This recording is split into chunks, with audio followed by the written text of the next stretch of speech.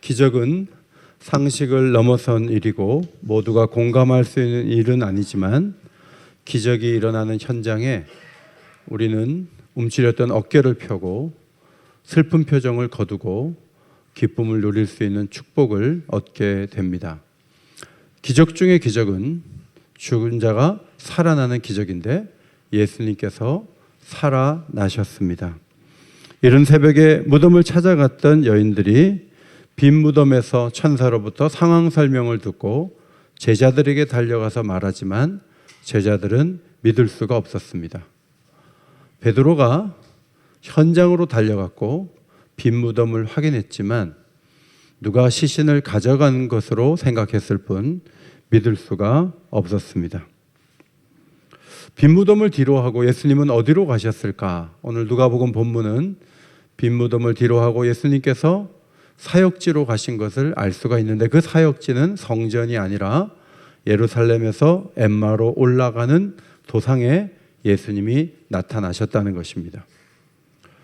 우리말로 30열이 된다고 했지만 이것을 60스타디아, 헬라어에는 60스타디아로 되어 있는데 이것을 킬로미터로 환산하면 11km 정도 돼요. 옥인교에서 제가 찍어보니까 은평 롯데몰까지도 이게 안 맞고 어디가 정확하게 11km가 여기저기 찍어봤더니 성산대교 입구가 거기가 딱 11km예요.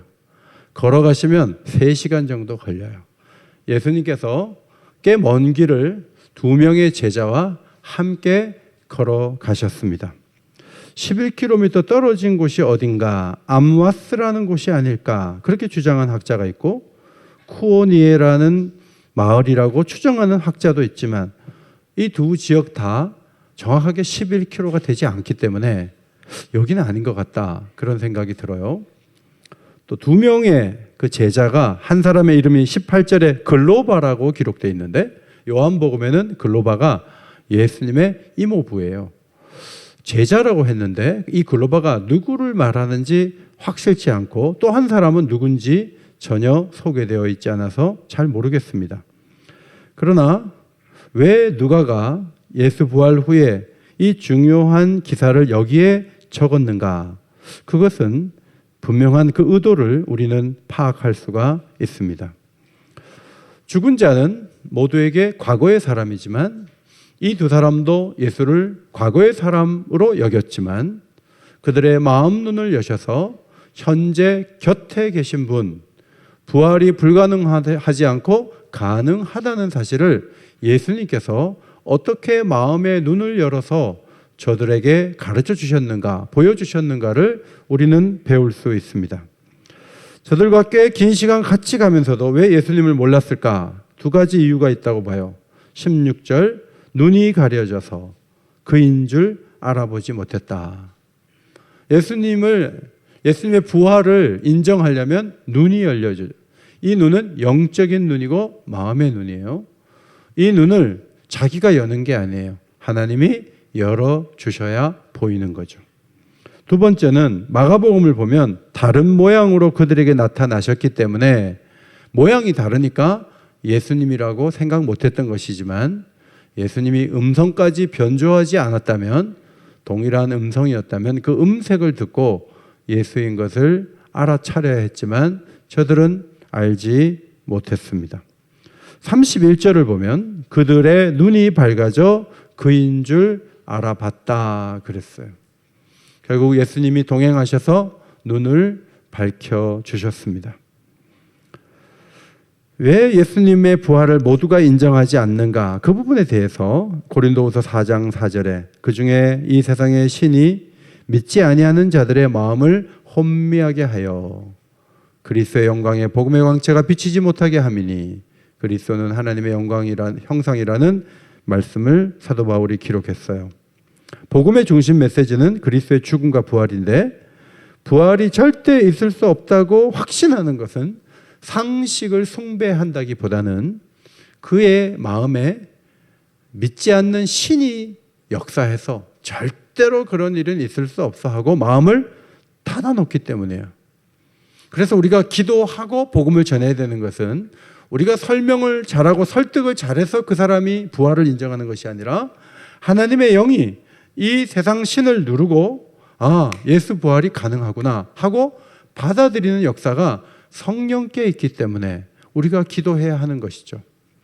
오늘 예수님은 귀신을 내쫓는 방식으로 이 믿지 않는 영을 밀어내지 아니하고 우리 모두가 나눌 수 있는 방법으로 이 사람들의 눈을 여셨다는 게 오늘 설교의 초점이에요.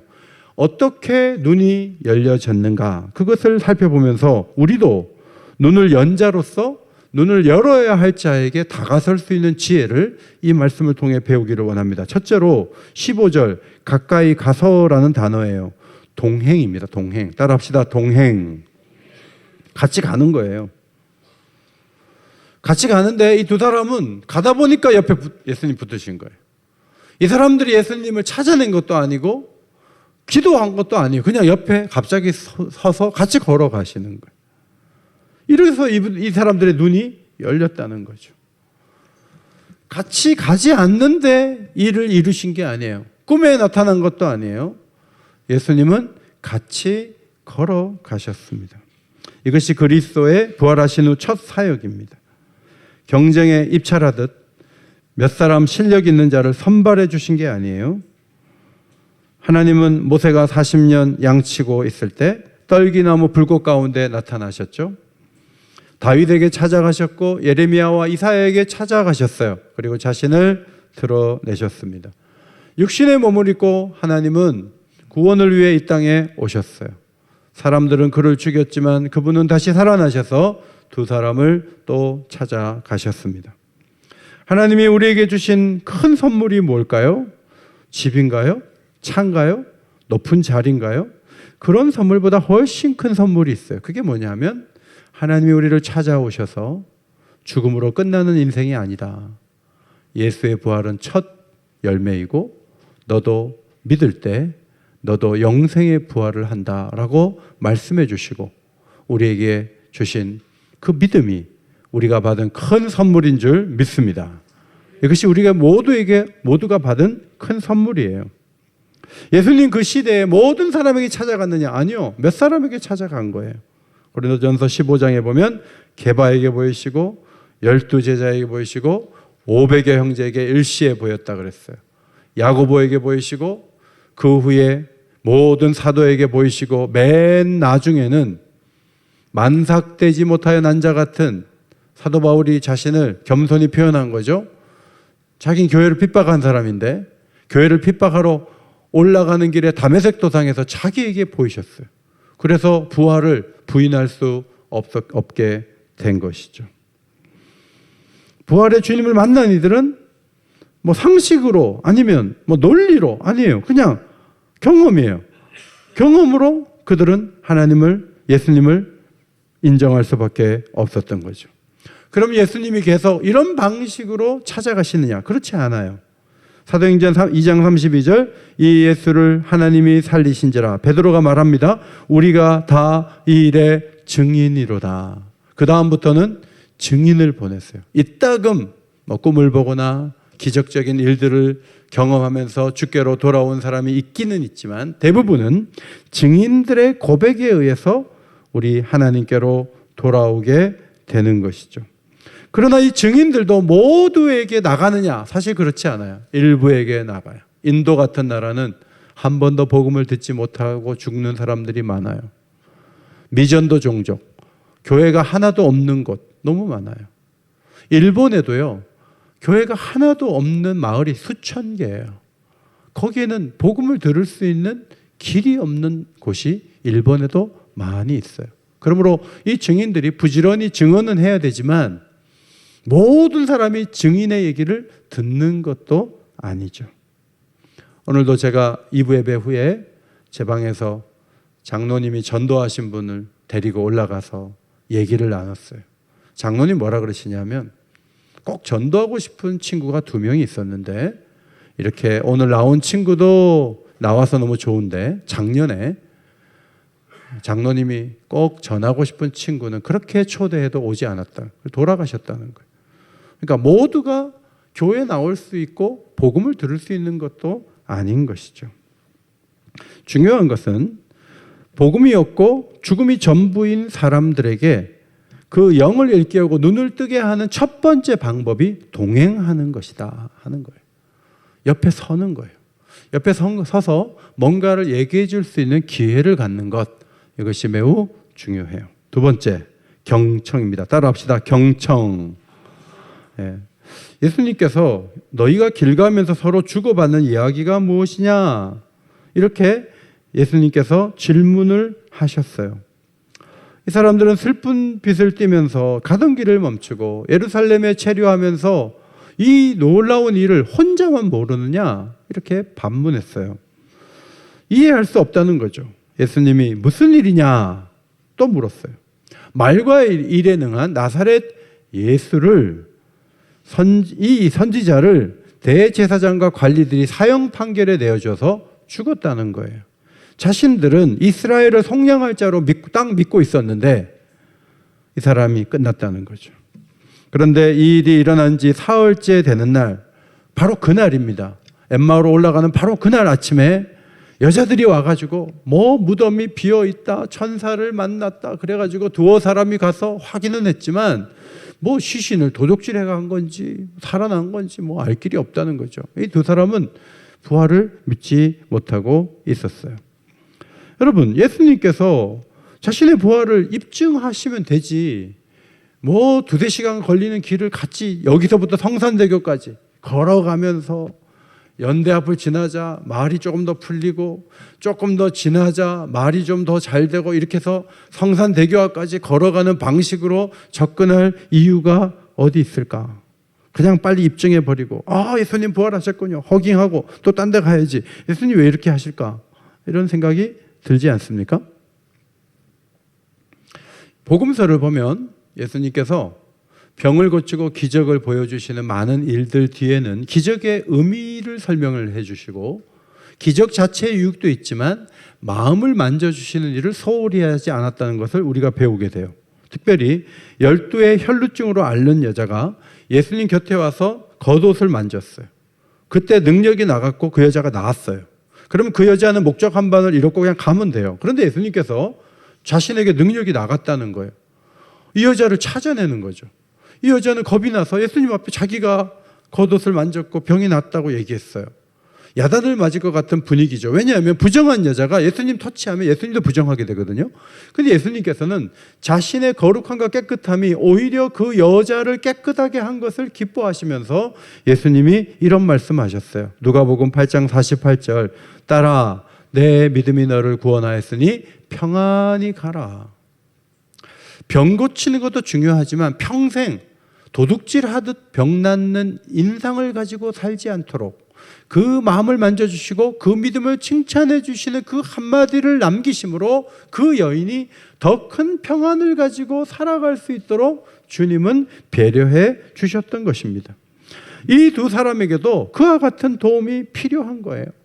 주님이 죽은 자 가운데 살아났냐 안 났냐 죽었느냐 그것만이 중요한 건 아니에요. 이 사람들이 어떤 생각을 갖고 있고 예수님을 평소에 어떻게 생각해왔고 십자가를 어떻게 바라보았고 아침에 다가온 여자들에 대해서는 어떤 태도를 갖고 있고 베드로가 다녀왔고 예수님이 없다라고 말한 그 얘기를 듣고 이 두 사람은 도대체 어떤 생각을 하고 있는지를 예수님은 듣기를 원하셨어요.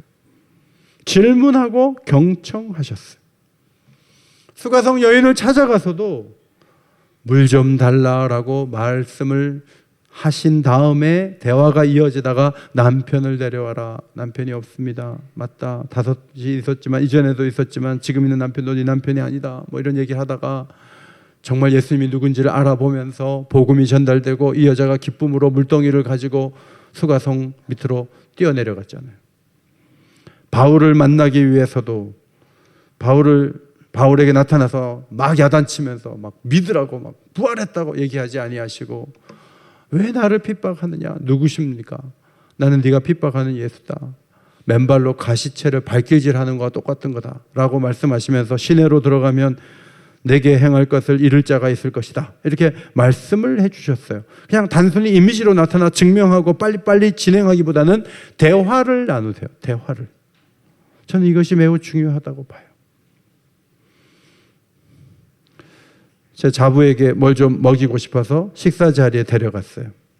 아내하고 자부가 음식을 가지러 간 사이에 제가 아이를 안고 있는데 자연스럽게 옆에 있는 테이블에 눈이 갔어요. 세 자매가 식사를 하고 있었어요. 언니로 보이는 자매가 눈이 큰 여동생에게 이렇게 책망을 했어요. 넌 얘기가 너무 많아. 핵심적인 얘기만 해. 넌 말이 많아서 틀렸어. 뭐 그래요. 근데 이 동생이 아무런 대꾸를 하지 않고 그냥 가만히 눈만 껌뻑껌뻑하고 있는 거예요. 그리고 예민해 보이는 언니가 음식을 가지러 간 사이에 앞에 있던 자매에게 동생인 자매가 이렇게 얘기했어요. 난 하고 싶은 얘기를 다 해야 마음이 풀려. 그래서 간단하고 짧게 말하기는 힘들어. 그런데 이 자매는 지혜로워서 엄격한 언니한테는 다시 돌아오니까 밥만 먹고 있어요. 얘기하지 않아. 왜냐하면 얘기해봐야 야단칠 거니까 절대 얘기하지 않아. 여러분, 예수님께서 이 언니 같은 분이 아니라는 걸 말씀드린 거예요. 목사님 식사 자리에 가서 남이 얘기 엿듣는구나 이렇게 생각하지 마시고, 예수님 늘 자주 강론하고 말씀 막 전하고 거기에 신나가지고 늘 얘기만 하시는 분은 아니란 얘기예요. 예수님이 질문한 얘기 가운데 들었던 얘기 가운데 뭐 몰랐던 내용이 있을까요? 전지하신 그분은 이미 다 알고 계신데 뭘 들어요? 들을 필요가 없는 분이에요. 그런데 다 들어주셨어요. 최장 3시간 들어주셨어요. 이것이 기막힌 예수님의 모습이에요. 여러분, 부활하신 주님이 40일 동안 계시다가 승천하셨는데 이렇게 하루 써버리면 39일 남은 거예요. 2명씩 접근해서 이런 식으로 한다면 예수님은 몇 사람에게 부활 증거를 다 보이지 못하고 승천하셔야 돼요. 예수님 마음이 바쁘지 않겠어요? 한 5,000명씩 모아가지고 몇 시간에 5,000명씩 부활의 증거를 보여준다면 교회가 얼마나 크게 확산이 되고 부흥이 일어나겠어요. 이렇게 2명 데리고 하루를 보낼 정도로 지금 여유가 없어요. 그런데 주님은 이들의 말을 경청하면서 같이 걸으면서 얘기를 나눈 거예요. 이것은 예수님께 배울 수 있는 놀라운 모습이에요. 누군가 교회에 오시면 화장실은 2층, 4층에 있습니다. 예배 시간을 알려줍니다. 다음 주에 새가족 공부 오세요. 가면 목사님이 새가족 공부를 해요. 대부분의 교회가 등록한 새가족에게 잘 모르는 걸 막 얘기해주고 확실하게 관리 모드로 들어가요. 대신방을 가서도 목사님이 또 말을 해요. 또 설교를 해요. 교인들은 계속 듣기만 해야 돼요. 그것이 정상적인 교회의 모습은 아니에요. 부활하신 주님도 3시간이나 들어주면서 그들의 마음을 살피시고 가장 중요할 때 그들의 눈을 여신 것을 기억해야 돼요. 그냥 단숨에 끝내지 않았다는 게 중요해요. 이들의 얘기를 들어보고 그 다음에 복음을 전하면 효력이 있는 거죠. 따라서 교회가 듣기에 집중하는 게 필요하다. 어느 교수님이 제게 그런 말씀 해주셨는데 그 말씀이 참 맞다. 그런 생각이 들어요. 새로운 폰이 나오면 애플 스토어에 가면 파란색을 입은 직원 수가 손님 수만큼 많아요. 1대1로 붙어요. 그래가지고 이 폰에 대해서 물으면 다 설명해 줘요. 설명을 듣고 폰을 사요. 경영을 하는 사람들은 고객의 얘기를 들어주는 게 사업이 잘 되는데 매우 중요하다는 것을 이미 파악이 다 됐어요. 그런데 교회는 가면은 듣기만 하라는 거예요. 그 성도가 하는 얘기를 들어주는 사람이 없는 게 오늘 교회의 아픔이에요. 온라인 예배도 동일하게 음성 다 듣고 메모할 수 있고 찬양 들을 수 있고 다 할 수 있는 것 같지만 온라인 예배 한계는 뭐죠? 말할 사람이 없어요. 그냥 관객이 되어서 듣고 끝나는 거예요. 이것이 오늘의 교회의 아픔이에요. 오늘 주일 예배 드리시고 집에 또 부지런히 가시겠죠? 아무하고도 얘기 안 해요. 그냥 빨리 계란 빨리 줘요. 탁 받아가지고 가요. 예배 끝. 나는 주일 지켰다. 글쎄요. 주님이 만드신 주일이 그렇게 얼른 후다닥 듣지도 않고 말하지도 않고 가라고 주일을 만드셨을까? 그런 생각이 들죠. 마음을 나눠야죠. 솔로몬이 엄청난 규모의 1,000번제를 드리고 나서 하나님이 꿈에 나타나 내가 내게 무엇을 줄꼬 물으셨어요. 자기는 작은 아이와 같다고 하면서 기도한 내용이 이거예요.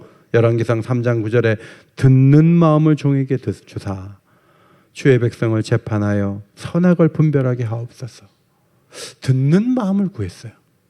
누구의 말을 듣고 이게 옳은지 틀린지 좀 판단할 수 있는 그런 왕이 되게 해달라. 내 직관과 내 판단과 내 가치로 모든 것을 재단하지 않고 재판을 받으러 온 사람들의 말을 들을 수 있는 마음을 달라고 기도했어요. 그때 하나님께서 굉장히 기뻐하셨어요. 야, 너는 듣고자 하느냐. 그걸 지혜라고 표현하시면서 네가 구하지 않은 것도 주겠다. 부귀와 영화도 주겠다라고 말씀해 주신 것이죠. 여러분, 전도지를 들고 밖에 나가서 우리가 부지런히 전하지만 사실 전도가 실제로 이루어지는 현장은 경청하는 데서 이루어져요. 여러분 집에 식사를 차려놓고 이웃을 부르고 그가 살아온 얘기를 들어주고 그들의 마음을 받아줘 보세요. 그러면 복음을 전하기가 얼마나 쉬운지 몰라요. 그러나 듣지 않고서 한 방에 해치우기식으로 하면 그것은 주님의 방법이 아니기 때문에 효력이 없는 거예요. 세 번째, 성경으로 설명하셨어요. 예수님은 긴 시간 저들이 얘기를 듣고 관찰을 한 결과, 진단하는 결과 눈이 감겼구나. 부활에 대해서 1도 생각을 안 하는구나. 안타까운 마음을 이렇게 말씀하셨어요. 25절, 미련하고 선지자들의 말한 모든 것을 마음에 더디 믿는 자들이여 그리스도가 이런 고난을 받고 자기의 영광에 들어가야 할 것이 아니냐. 저들은 하나님의 아들이 예루살렘을 속량할 자다. 자기네들은 예수를 그렇게 봤다는 거죠. 그런데 죽어버리니까 다 물거품이 됐다는 거죠. 근데 예수님이 하시는 말씀이 뭐냐면 선지자들의 말한 모든 것을 왜 믿지 않느냐. 마음에 이렇게 더디 믿느냐. 그리스도는 와서 왕이 되어서 호령하다가 세상을 새롭게 하는 장군처럼 오시는 것이 아니라 고난을 받고 부활하심으로 자기의 구원 역사를 이루어 나가는 것을 말씀에서 왜 배우지 못했느냐라고 말씀을 하신 것입니다. 저들의 마음은 우둔하고 느리고 어두웠어요. 그런데 예수님께서 모세와 모든 선지자의 글로 시작하여 성경에 쓴 바 그리스도에 관한 것을 자세히 가르쳐 주셨습니다. 예수의 부활과 죽음에 대해서 다른 방법이 아니라 성경을 사용하셨다는 게 중요해요. 예수 부활에 대한 확실한 증거는 못 박힌 손과 발이에요. 그런데 그 못 박힌 손과 발은 엠마오로 내려가는 두 제자에게는 쓸 수 있을지 모르지만 누가복음을 읽는 우리들은 도저히 쓸 수 없는 방법이에요. 우리의 손과 발은 그것을 보여주지 못하기 때문에. 우리에게는 하나님 말씀 성경이 있잖아요. 이 성경을 통해서 하나님이 오랫동안 십자가를 계획하셨고 그 아들을 십자가에 내어주신 다음에 그분이 어린 양과 같이 죽었지만 그분이 죽음에 매여 있을 수 없고 그분이 살아나셨다는 증거를 성경을 통해서 받을 때 비로소 닫혔던 우리의 눈이 열려지게 된다는 사실이죠. 이것이 예수님이 쓰신 방법이에요.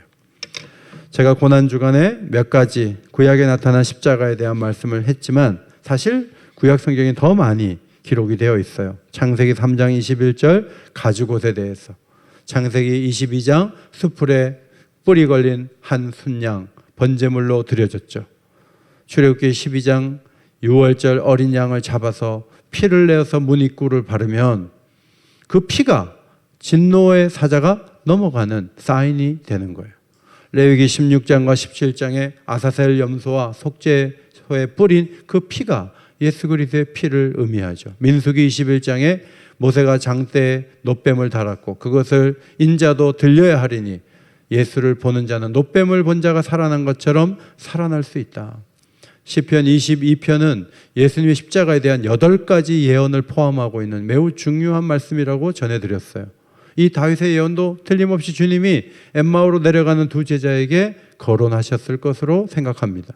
이사야 53장 도소장으로 끌려가는 어린 양을 말씀하셨을 거예요. 그가 찔림은 우리의 허물 때문이다. 우리의 죄악 때문이다. 그 말씀을 들려주셨을 거예요. 부활에 대한 예언은 많지 않아요. 그래서 시편 16편을 가지고 말씀을 하셨을 것이라고 사도들의 그 설교를 보면 그래요. 이 말씀을 인용하셨을 거라고 생각을 합니다. 고난과 부활은 우연이 아니에요. 하나님의 오랜 계획 속에 된 일이에요. 그것을 여러분의 경험을 통해서 말하는 것이 아니라 성경을 잘 알아서 이것을 가지고 하나하나 전할 때 믿지 않는 자들의 가려졌던 눈이 이 시대에도 열려지게 되는 줄 믿습니다. 성경을 자세히 봐야 되는 이유는 설명하기 위함이에요. 나도 은혜를 받아야 되지만 누군가에게 하나님 말씀을 펴놓고 무조건 교회만 데려가려고 하는 게 아니고 성경 말씀에 이렇게 기록이 되었다 라고 얘기할 때 마음이 밝아질 수 있는 거죠. 네 번째는 성찬이에요. 30절. 그들과 함께 음식 잡수실 때 떡을 가지사 축사하시고 떼어 그들에게 주셨다. 그런데 31절 그들이 눈이 밝아져 그랬어요. 눈이 밝아진 타이밍이 성찬을 받았을 때 밝아진 거예요. 그때 예수님을 알아본 거예요. 그때 예수님이 사라졌어요. 놀랍게도 사라지셨어요.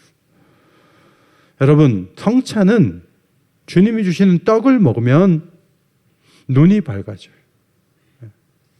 지난주에 어떤 분이 제게 이런 말을 했어요. 목사님, 성찬식을 하고 고난주간에 새벽에 와서 말씀을 드리니까 말씀이 더 잘 들렸습니다. 자, 그분에게만 일어난 일이 아니에요. 오늘도 떡과 잔을 받은 자에게 하나님께서 가리어졌던 것을 여시는 역사를 지금도 이어가는 것을 믿으시기 바랍니다. 성공의 교회는 매주 성찬을 받아요. 그게 유익하다고 보는 거예요. 우리도 유익하다고 보지만 우리는 6월절에 방점을 찍고 한 번 더 느려서 2번 하는 거죠. 그러니까 성공회는 성찬을 받을 때 눈이 열린다는 거예요. 그걸 믿는 거예요. 그래서 그렇게 계속 떡과 잔을 나누는 거죠. 폴 버슬리 머레이라는 학자가 성찬식은 우리를 위해 죽으신 주님을 기억할 때만 필요한 것이 아니라고 했어요. 성찬은 또한 죽은 자 가운데서 살아나시고 이제 영원토록 살아계시는 주님을 만나는 장소라고 했어요. 다시 기억함이 만남의 수단이 될 수 있다는 거예요. 성찬은 그저 성도들끼리만 행하는 것이 아니라 주님과 함께 행하는 것이라고 말했습니다. 눈을 여는 여러 가지 프로세스, 그 과정을 좀 말씀을 드려요. 자, 동행, 그 다음 경청, 그 다음 공감, 그 다음 관찰, 그리고 성경으로 설명, 그리고 떡을 떼는 성찬. 이런 과정을 통해서 두 사람이 눈이 열리고 부활의 주님을 인정하게 된 거예요.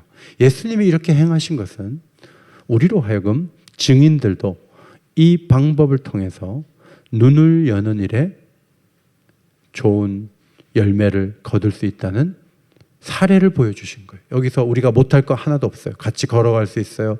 들어줄 수 있어요. 공감할 수 있어요. 관찰하고 설명할 수 있고 그리고 떡을 뗄 수 있어요. 제가 영천시장을 오랜만에 가서 날씨가 좀 쌀쌀해서 오뎅집에 갔거든요. 꼬치 3개 주세요. 얼마예요? 3,000원. 그래서 그거 먹으면서 제가 대화를 했죠. 아주머니 개업한 지는 얼마나 됐어요? 8개월 됐습니다. 얘기 중에 이 아주머니가 일요일이라고 안 하고 주일이라 그러더라고요. 아, 교인이구나. 속으로 딱 알고 저는 교회 목사인데요. 어떻게 주일 예배 잘 나가시나요? 그랬더니 아주머니가 개업한다면 교회를 못 가요. 수요일 날 쉴 수 있는데 이상하게 피곤해서 교회를 못 간다는 거. 3,000원 말고 제가 10,000원을 이체를 해드렸어요. 10,000원을 다 이체해 주니까 아주머니가 깜짝 놀라면서 왜 이렇게 많이 주냐고. 수요일에 교회 가시라고. 제가 오뎅 먹으러 들어갔어요. 따끈한 국물 마시러 갔어요. 근데 제가 가보니까 그분이 교회 생활을 8개월 동안 안 한 거예요. 그러면 어느 교회 담임 목사가 거기 오겠어요? 저보고 가게 한 거예요. 남의 교인이지만 그러나 제가 전할 수 있는 하나님의 메시지를 전할 수 있는 메신저가 되는 거예요. 여러분들이 만나는 많은 이웃들은 눈이 가리워서 부활을 몰라요. 예배의 소중함도 몰라요. 그런데 그냥 일상적인 대화만 하고 돌아올 게 아니에요. 친척에게, 이웃에게, 친구에게 부활을 전해야 돼요. 제가 지난 주일에 그 일본의 그 열차에 그 사건이 난 그거를 가지고 제가 그걸 설교문을 그대로 복사하기를 해서 친한 친구 6명 방에다가 딱 띄웠어요. 그랬더니 우리 교회 와서 아버지 학교까지 했던 제 친구가 있는데 이 목사 잘 읽었다. 거기까지만 답을 했어요. 읽어준 게 어디예요? 기회가 있을 때마다 십자가와 부활을 말하도록 하나님은 우리를 초대하셨고 먼저 문을 열어주신 거예요. 오늘도 수많은 사람들이 죽음의 그늘 아래 있는 것이죠. 그리스도의 부활을 선포하시면 여러분이 지금보다 10배는 행복해질 수 있어요. 그 행복은 뭘 바꿔가지고 가재도구 바꿔가지고 오는 게 아니에요. 부활을 전하면 살아나게 돼 있어요. 생명을 전하시기를 바랍니다. 방법은 동행하는 거예요. 경청해 주는 거예요. 그리고 하나님 말씀을 잘 설명해 주는 거예요. 그리고 교회에 와서 함께 떡을 나누는 거예요. 이런 놀라운 방식으로 더 많은 자들에게 복음을 전하는 주의 백성 되시기를 예수의 이름으로 축원합니다. 하나님 고맙습니다. 이 부활주일에 귀한 찬양대가 하나님 앞에 할렐루야를 찬양하고 또 저희 또한 예수님께서 빈 무덤을 뒤로하고 곧바로 두 사람에게 먼저 찾아가신 그 행적을 보면서 또 이 부활 소식이 우리를 통해 전달되어야 됨을 마음에 새기게 하시니 감사합니다. 죽음의 그늘이 우리에게 엄습하고 우리의 몸은 노화되고 수많은 일들은 반복되어 재미도 없고 그런 일상을 우리가 살아가고 있지만 오늘도 부활의 소식을 전하라는 귀한 사명을 주셨사오니 하나님 저희들도 예수님이 보여주신 본을 따라 복음을 잘 전할 수 있도록 인도하여 주옵소서. 믿지 않게 하는 신이 움직이지만 성령이 더 강하신 줄 믿습니다. 성령을 의지하고 복음을 전할 때 마음의 문을 열고 주께로 돌아온 이들이 점점 많아지는 아름다운 교회 되게 하여 주옵소서. 예수님 이름으로 기도하옵나이다. 아멘.